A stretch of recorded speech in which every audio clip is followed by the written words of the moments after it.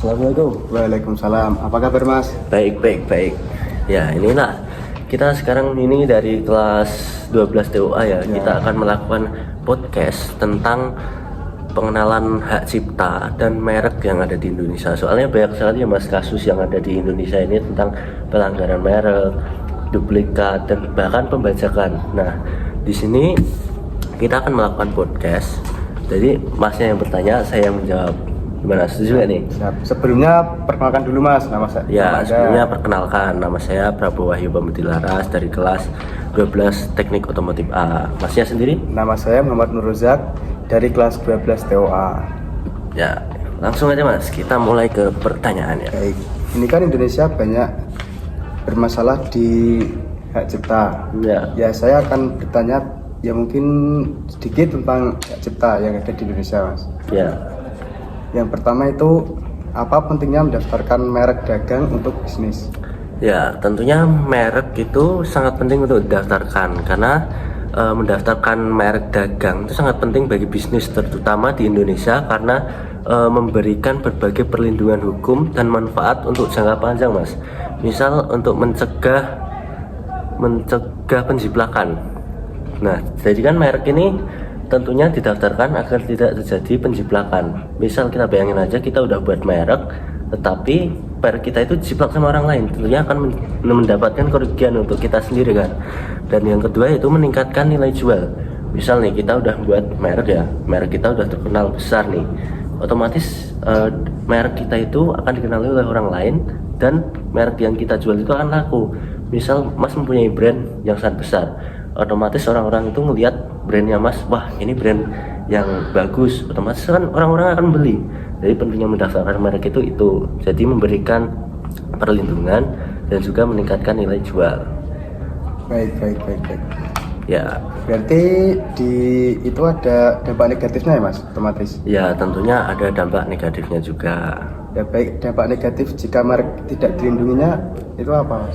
Yang kalau merek tidak dilindungi itu bisa jadi kita dibajak atau ditiru. Kalau bajak itu kan diambil, kalau ditiru itu misalnya plagiat ya Mas.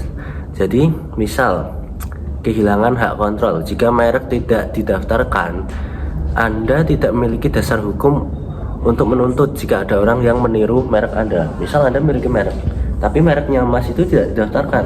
Tentunya kalau orang lain ingin meniru mereknya Mas, itu orang lain dengan sangat mudah untuk mengambil merek itu begitu saja.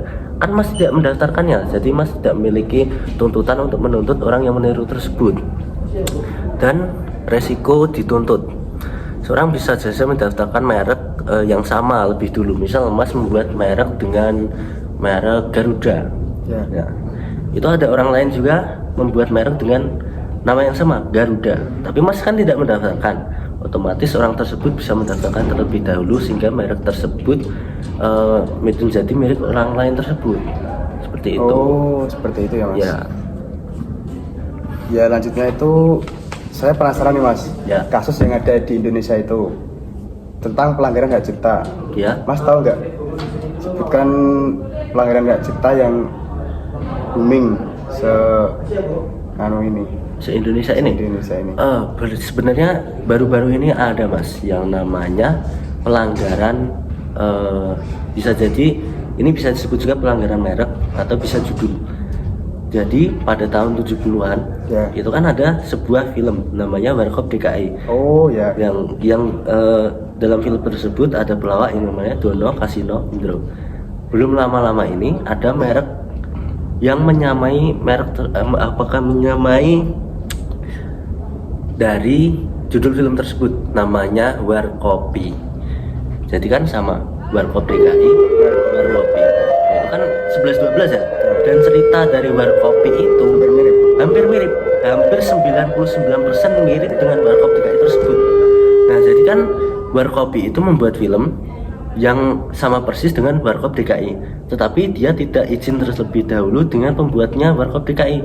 Otomatis tersebut melanggar ya Mas, melanggar dari penciptanya.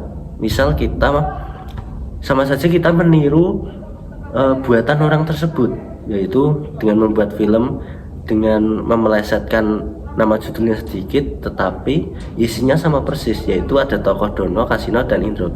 Dan dalam film tersebut juga ada pelawakan, bahkan cara pembicaraannya itu sama. Dan dari pihak Warkop DKI itu menuntut biaya karena kan produknya merek tersebut itu ditiru oleh Warkopi tersebut dan dikenakan denda sekitar 20 miliar ya, dan itu sudah sesuai dengan pasal undang-undang yang ada di dalam HQ tersebut. Jadi kita harus pintar-pintar mas, misal kita ingin membuat karya, kita harus pastiin dulu karya kita tersebut ada tidak yang sesuai dengan yang sudah orang lain buat. Misal kita ingin membuat film dengan judul horor misal, kita harus pastiin dulu nggak ada orang yang lebih dulu untuk membuat film tersebut, karena bisa jadi kita melanggar hak cipta orang lain. Seperti itu. Terima kasih ya mas sudah menyempatkan waktunya. Sebelum penutupan, adakah edukasi untuk pemirsa?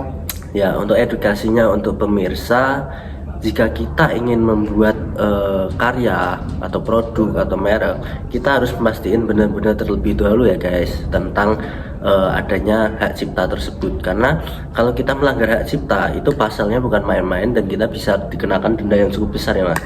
Bayangin aja misal kita ingin membuat karya, harapan kita kan untuk mendapatkan keuntungan ya. Tapi karena kita melanggar hak cipta tersebut, kita malah mendapatkan kerugian ya. Ingat ya guys, jadi kita harus pintar-pintar dalam melakukan berkarya ya.